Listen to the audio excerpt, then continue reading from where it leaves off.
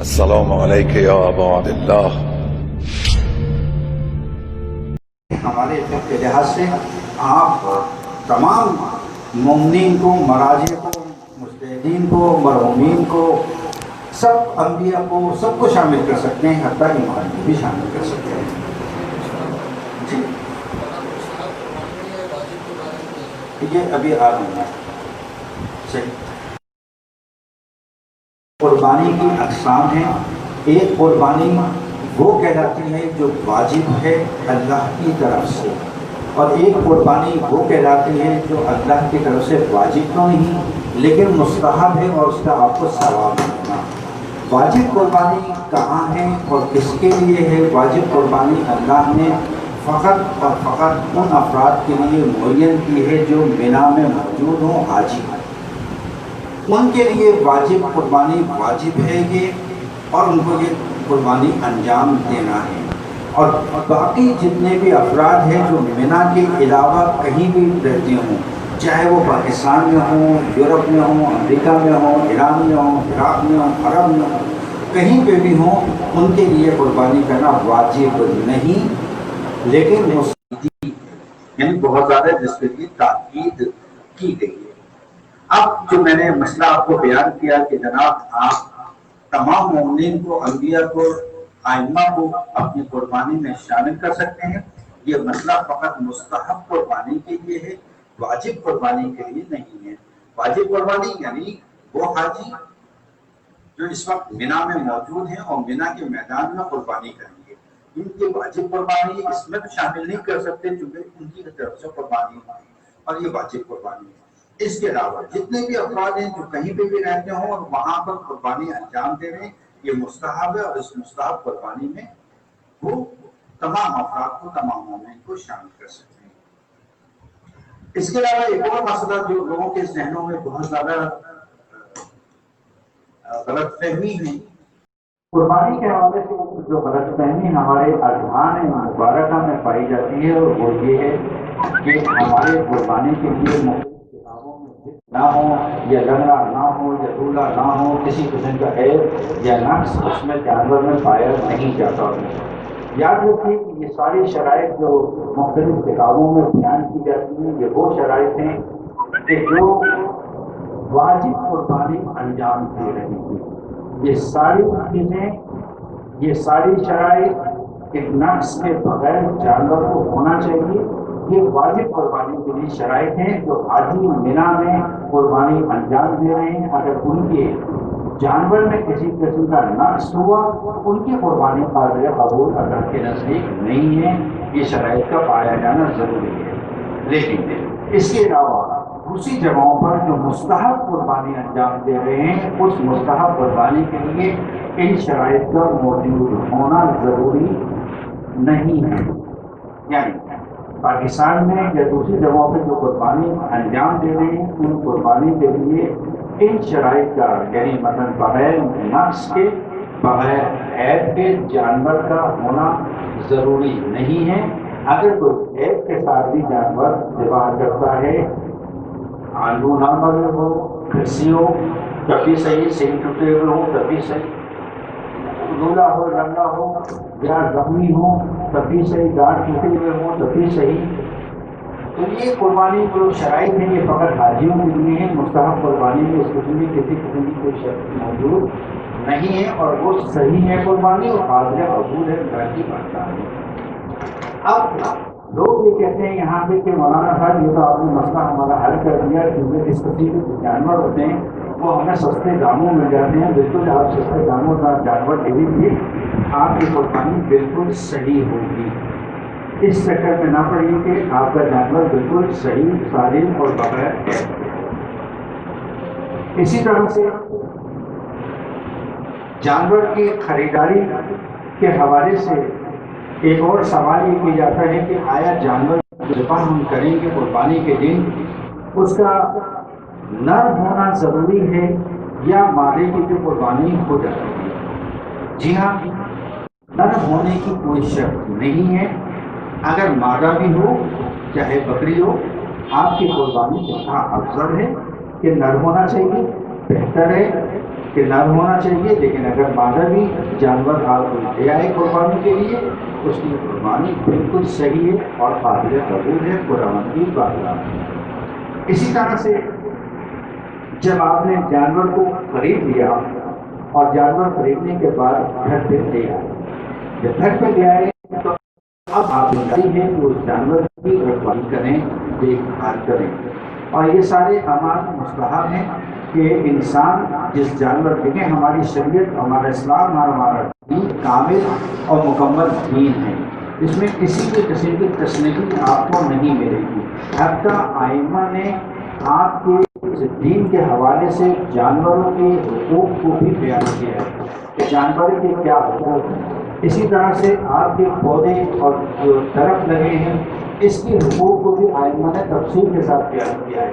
یہ ماحولیات کی NGOs آج کل کام کر رہی ہے دنیا میں یہ کہتا ہوں کہ اگر یہ ہمارے آئمہ کے اقوال کو پڑھ لیں تو ان کا منشور ہمارے آئمہ کے اقوال سے 1400 سال سے بنا ہوا موجود ہے، جو ہماری کتابوں میں موجود ہے، جن کی طرف ہم نے توجہ نہیں کی۔ ماحولیات کے حوالے سے، سمندر کے حوالے سے، دریاؤں کے حوالے سے، ہوا کے لحاظ سے، فضا کے لحاظ سے، درختوں کے لحاظ سے، حتیٰ جانوروں کے لحاظ سے بھی سارے حقوق کا آئمہ نے تفصیل کے ساتھ ذکر کیا ہے۔ اسی جگہ پر جانوروں کے حوالے سے جہاں ذکر کیا ہے، جب آپ کی منڈی سے جانور خرید کے اپنے گھر پر تشریف لے آئے، اب جانور کی رکھوالی کرنا، دیکھ بھال کرنا، اس کے چارے کا انتظام کرنا، اس کے پانی کا دیکھ بھال کرنا، یہ سارے احکام جو ہے آئمہ نے ہمارے سامنے بیان کیے ہیں، ہمیں اس کا خیال رکھنا ہے۔ جب قربانی کا دن آیا، تو اس دن کے لیے ہمارے پاس کچھ اعمال کا ذکر کیا گیا ہے، تو اس دن ہمیں کچھ اعمال کو انجام دینا ہے۔ ویسے تو عید فطر میں بھی وہ اعمال ذکر کیے جاتے ہیں، لیکن عید الاضحیٰ میں بھی وہی اعمال ہمارے نافذ اور قابل عمل ہوتے ہیں۔ مثلا سب سے پہلے عید الاضحیٰ کے دن جب انسان اٹھتا ہے تو اٹھنے کے بعد اس کے لیے اس دن کا غسل کرنا وہ مستحب ہے۔ غسل کرے گا، غسل کرنے کے بعد نئے کپڑے پہنے گا، خوشبو لگائے گا، یہ سارے اعمال مستحب ہیں۔ خوشبو لگائے گا، خوشبو لگانے کے بعد اپنے گھر سے وہ نکلے گا، اور نکلنے کے بعد ایک راستے سے، مثلا اس راستے سے اگر آپ آئے ہیں یہاں پر، اور یہاں پہ آنے کے بعد آپ نے نماز عید ادا کی ہے جو کہ مستحب ہے، اور نماز عید پڑھنے کے بعد جب آپ گھر واپس جائیں گے تو جو استحباب ذکر کیا ہے وہ یہ ہے کہ اس راستے سے واپس نہیں ہونا۔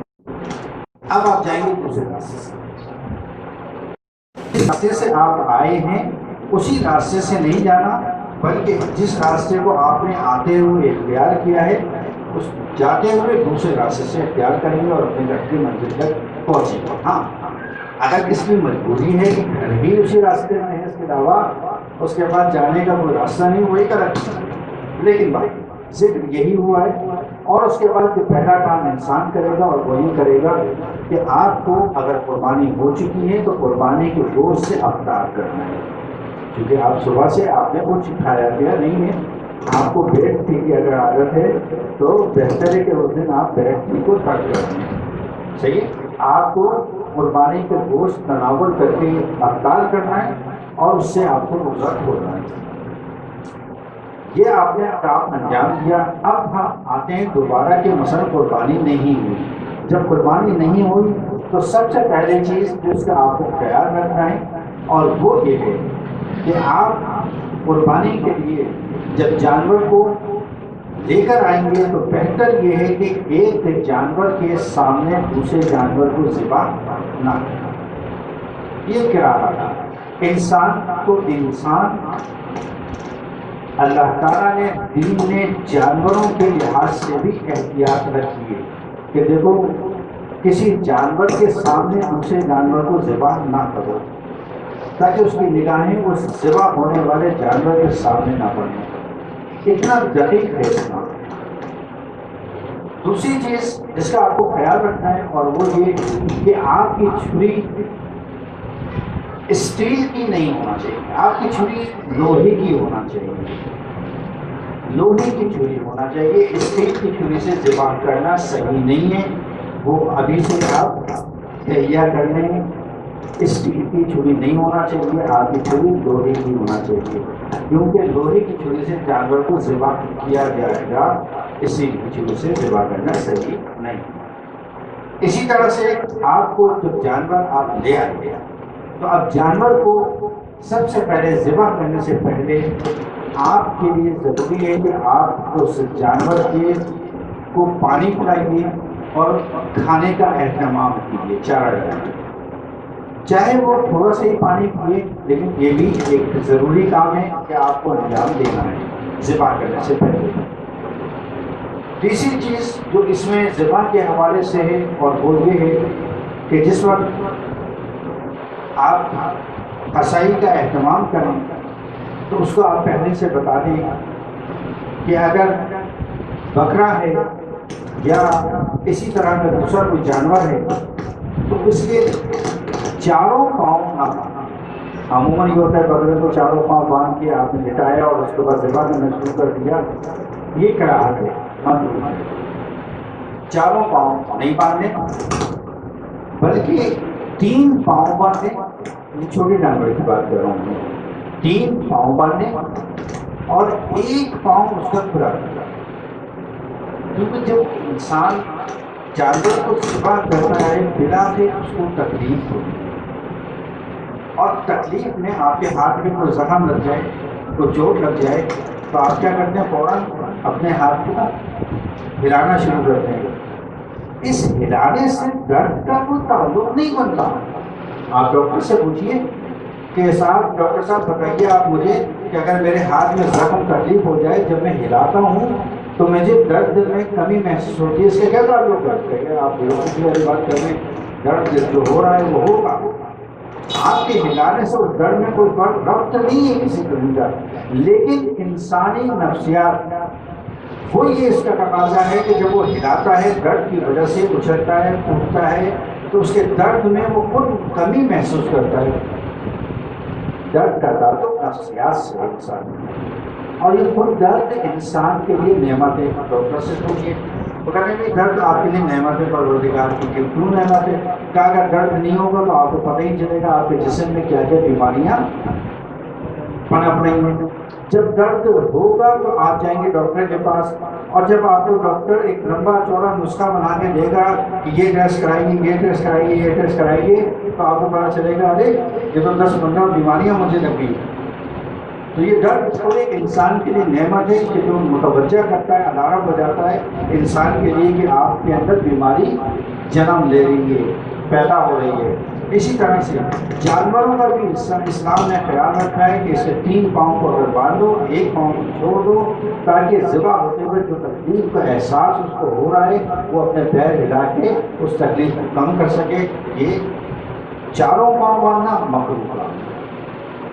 اسی طرح سے یہ چھوٹے جانور کی بات، بڑے جانور میں جیسے گائے، بیل، اونٹ، یا اس میں میٹھی، اونٹ کے مسئلہ الگ ہے، وہ بات میں آخر میں بیان کروں گا۔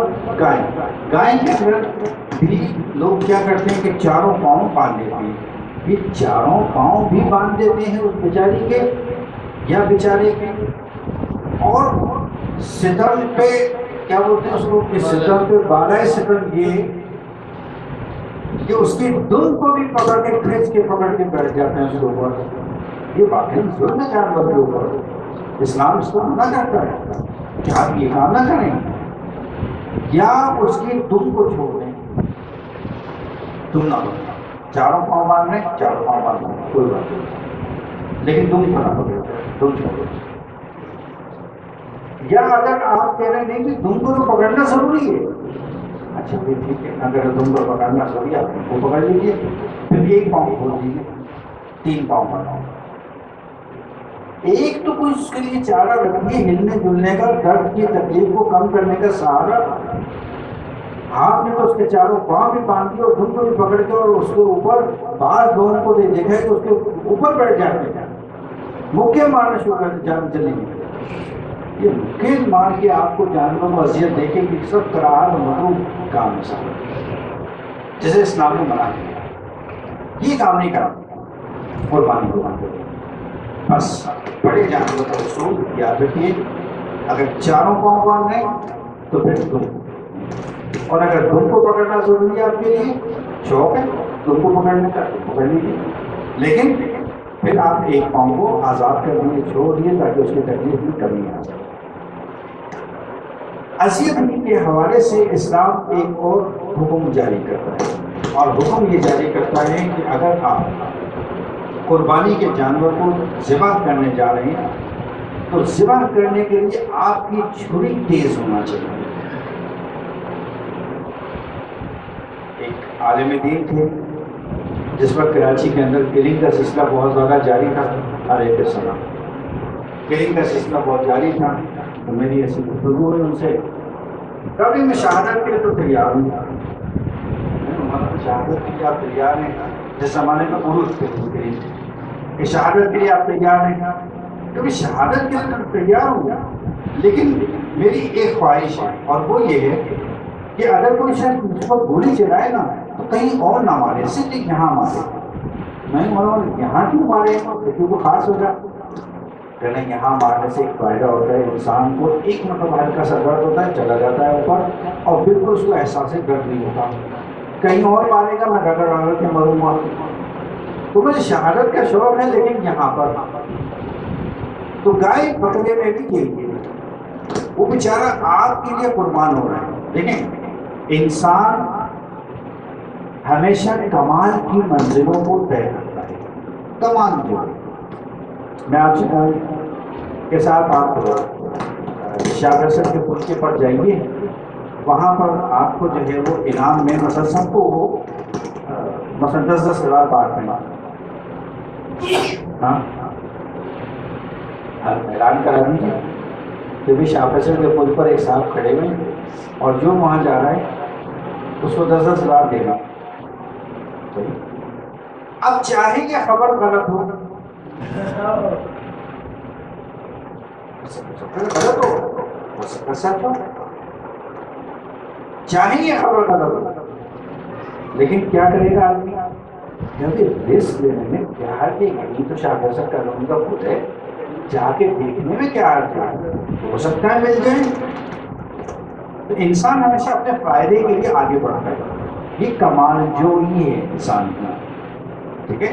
اب کیونکہ اس کو کمال کا مفہوم نہیں پتا چلا، کمال کہتے کسے ہیں، وہ 10,000 کمال سمجھ رہے اس لیے اس طرف بھاگ رہے، جبکہ دین نے انبیاء اور ائمہ کو بھیجا ہے کمال کی منزل بتانے کے لیے۔ تو کمال یہ نہیں کہ 10,000 لگ رہے، کمال یہ کہ انسان اپنے اخلاقیات، اپنے کردار، اپنے گفتار کو اس طرح سے تبدیل کر لے کہ وہ خود بخود خدا کے نزدیک ہو جائے، اور یہی ائمہ کی ہمیشہ کوشش رہی۔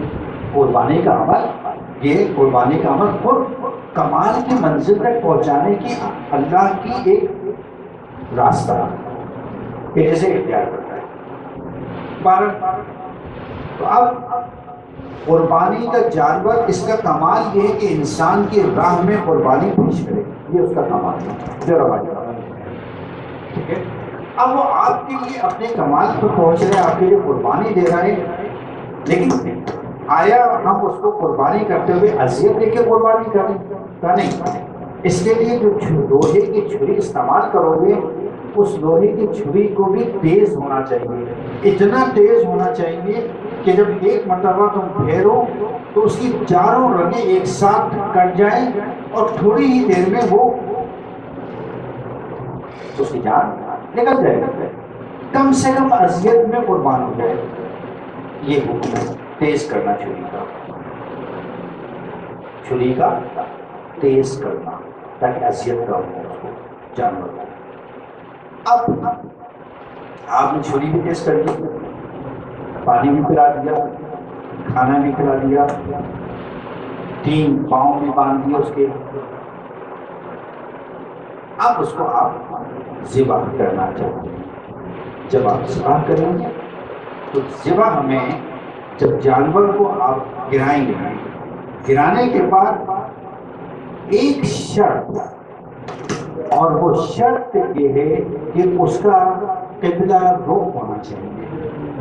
اب مسئلہ یہ قبلہ رخ کہتے کسے ہیں، قبلہ رخ صحیح ہے کیا؟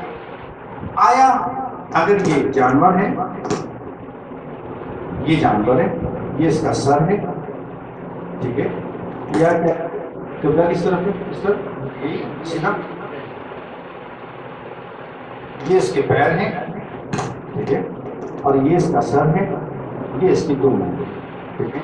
اب میں نے اس کا پورا جانور کو قبلہ رخ کر دیا، پورے جانور کو میں نے قبلہ کر دیا، یہ سر ہے، یہ دم ہے، یہ اس کے پیر ہے۔ آیا یہ قبلہ رخ کہلائے گا؟ جی، یہ غلط ہے، یہ قبلہ رخ نہیں۔ قبلہ رخ کہیں گے کس کو؟ یہ اس کے پیر ہے، ٹانگیں ہیں، یہ اس کا سر ہے، یہ اس کی دم ہے۔ واضح ہو گیا قبلہ رخ کیسے کرنا؟ جی، دوسری طرف بھی آ سکتے ہیں، کوئی حرج نہیں، اس طرح ہو سر یا اس طرح ہو سر، نہیں پڑتا، پیر اس کے قبلہ رخ کی طرف ہونا چاہیے، صحیح۔ اب یہ آپ نے جانور کو گرایا، یہ قبلہ رخ ہو گیا۔ اب جو اہم مسئلہ آتا ہے، جہاں پہ بہت ساری قربانیاں ضائع ہوتی ہیں، یہی مقام ہے، یہی وہ حساس موقع ہے کہ جہاں پر انسان کی قربانی ضائع ہو جاتی ہے۔ گردن مثلا اس کی اس طرف ہے، عموماً جو قصائی افراد ہیں وہ اس گردن کو سیدھا کر دیتے ہیں آسمان کی طرف، اور آپ کے ہاتھ میں چھری پکڑا دیتے ہیں کہ ذبح کیجیے۔ یہ آسمان کی طرف جو گردن ہوئی اور یا جو آپ نے چھری چلائی قربانی نہیں ہوئی، یہ ضائع ہو گئی۔ اس کی گردن کرو بھی قبلے کی طرف ہونا ضروری ہے۔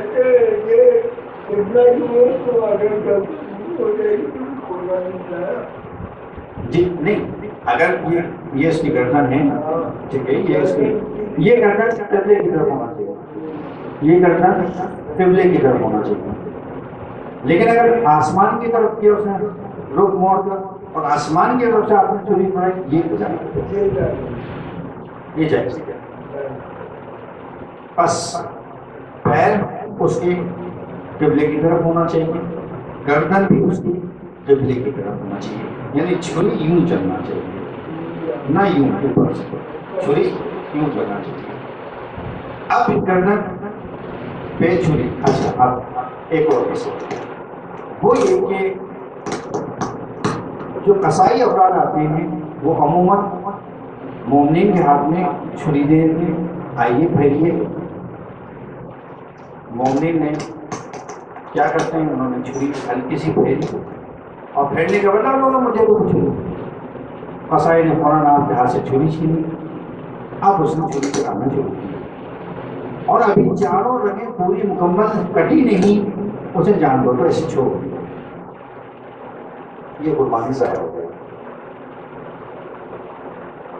چاروں رگوں کا، یعنی ایک کھانے والی نالی، دو اس کے ساتھ میں سانس کی نالی، اور دو رگیں یہاں سے گزرنے جانور کی، یہ چاروں رگوں کا ایک ساتھ کٹنا، یعنی کامل کٹنا، مکمل کٹنا، اسے کہا جاتا ہے قربانی ذبح کرنا۔ ان میں سے کوئی ایک رہ گئی تو پھر قربانی آپ کی صحیح نہیں ہوگی۔ کیوں؟ اس لیے کہ عموماً افراد یہ کرتے ہیں کہ آدھا کاٹنے کے بعد اس کو چھوڑ دیتے ہیں، اور وہ بیچارہ خود ہی اس دنیا سے خون بہنے کی وجہ سے چلا جاتا ہے، قربانی نہیں ہوگی، بیچارہ مر گیا، یہ ظاہر ہے۔ تو جس وقت آپ نے اس کے اوپر چھری پھیری، اب وہ قصائی آپ کے ہاتھ سے چھری لیتا ہے، اور چھری لینے کے بعد عموماً دیکھا ہوگا وہ ایسا بھوکلا چلا رہا ہے، اس کو دیکھا ہے میں نے، عموماً کیوں مارتے ہیں، ہاں ہڈی کو وہ مار کے ہڈی تو ہونا چاہیے، ہڈی ٹوٹنے کی وجہ سے زیادہ بڑھ چکا ہو، جب کسی کی ہڈی ٹوٹے گی کہ جو ہینگ کیا جاتا ہے، جو پھانسی کی سزا دی جاتی ہے، اس کا کیا عمل ہے؟ پھانسی کی سزا کے سانس ٹوٹنے کی وجہ سے پھانسی ہوتی ہے؟ نہیں، پھانسی ہوتی ہے گردن ٹوٹنے کی وجہ سے۔ معلوم ہوگا اس بات کو آپ لوگوں کو، پھانسی ہینگ جو کہتا ہے، پھانسی کی سزا دی جاتی ہے، اس طرح سے پھندا بنایا جاتا ہے کہ جب انسان کا بدن اس کو بڑھتا ہے ایک دم اچانک، اسی گردن ٹوٹ جاتی ہے۔ جب گردن ٹوٹتی ہے تو بہت فوری طور پہ انسان اس دنیا سے چلا جاتا ہے۔ بالکل وہی عمل جانور کے ساتھ یہاں انجام دیا جا رہا ہے کہ اس کی جو ہڈی ہے اس کو وہ مار مار کے اس کو توڑ کے، اور پکڑتا جانور ہڈی پھٹنے کی وجہ سے ذبح ہوتی ہے، ذبح نہیں ہوا، ہڈی پھٹنے کی وجہ سے وہ بچہ قربانی آپ کی جائے، قربانی آپ کی جائے۔ تیسرا موضوع کہ جہاں پر غلطی ہوتی ہے، اور وہ یہ ہے کہ جب قصائی افراد ایک مرتبہ ایک مومن ذبح کر رہا ہے اور ایک مرتبہ ایک غیر مومن ذبح کر رہا ہے۔ اب یہاں پہ آپ کے ذہنوں میں سوال آئے گا کہ اگر آپ نے قبلہ رخ کی جو ہے وہ شرط لگائی ہے، تو قبلہ رخ کی شرط کے لحاظ سے جو ہے وہ ہمارے یہاں بازار کے اندر جو ہے وہ گوشت بک رہا ہے، جانور ذبح ہو رہے ہیں، مرغیاں بک رہی ہیں، کون قربانی کر، کون جو ہے اس کو قبلہ رخ کرتا ہے؟ تو پھر اس کا مطلب یہ کہ ہمارے لیے وہ کھانا بھی جائز نہیں، جی وہ کھانا آپ کے لیے جائز ہے، بالکل جائز ہے، ایک شرط کے ساتھ۔ وہ مرغی کھانا بھی جائز، وہ گوشت بھی کھانا جائز آپ کے لیے، ایک شرط کے ساتھ، بشرط کہ اس قربانی کو غیر مومن نے ذبح کیا ہو، یہ شرط۔ اگر اسی قربانی کو کوئی مومن ذبح کرے گا اور اس نے